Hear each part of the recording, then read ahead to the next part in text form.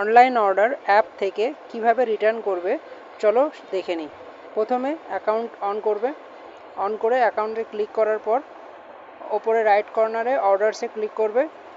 Orders open হওয়ার পরে এখানে প্রোডাক্টের লিস্ট দেখা যাবে, অল লিস্ট। তার ভিতর থেকে প্রোডাক্টটা সিলেক্ট করে নেবে। প্রোডাক্ট সিলেক্ট করে নেওয়ার পর নিচে বাঁ দিকে রিটার্ন লেখা আছে, এখানে ক্লিক করতে হবে।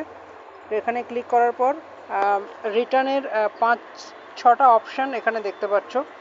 অ্যাকচুয়ালি তোমাদের যেটা রিজন আছে সেটা চুজ করতে হবে।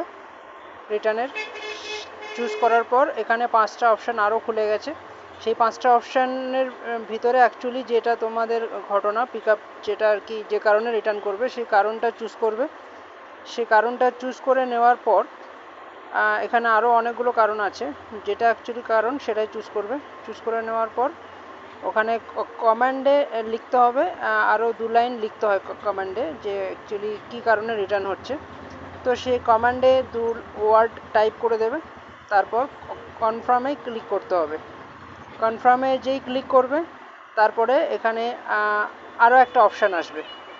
সেই অপশানে দেখাবে যে এটা রিফান্ড হবে না রিপ্লেসমেন্ট। দেখতে পাচ্ছ এখানে চলে এসছে অপশানটা, এক্সচেঞ্জ কি রিফান্ড। তো আমি এক্সচেঞ্জে ক্লিক করলাম।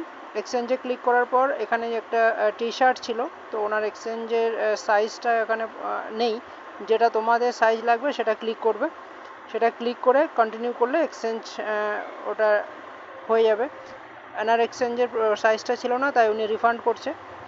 রিফান্ডে ক্লিক করার পর এখানে আপনার টাকাটা রিফান্ড আসবে। উপরে ওয়ালেটের অপশান আছে, নিচে অ্যাকাউন্টের অপশান আছে। অ্যাকাউন্টে ক্লিক করলে যদি অ্যাকাউন্ট নাম্বার দেওয়া থাকে তাহলে ওখানে যে অ্যারো চিহ্ন আছে ওখানে ক্লিক করে অ্যাকাউন্ট নাম্বারটা সিলেক্ট করে নেবে, কোন অ্যাকাউন্ট নাম্বারটা তে টাকা রিসিভ হবে। আর যদি না দেওয়া থাকে তাহলে অ্যাড নিউ অ্যাকাউন্ট এখানে ক্লিক করবে।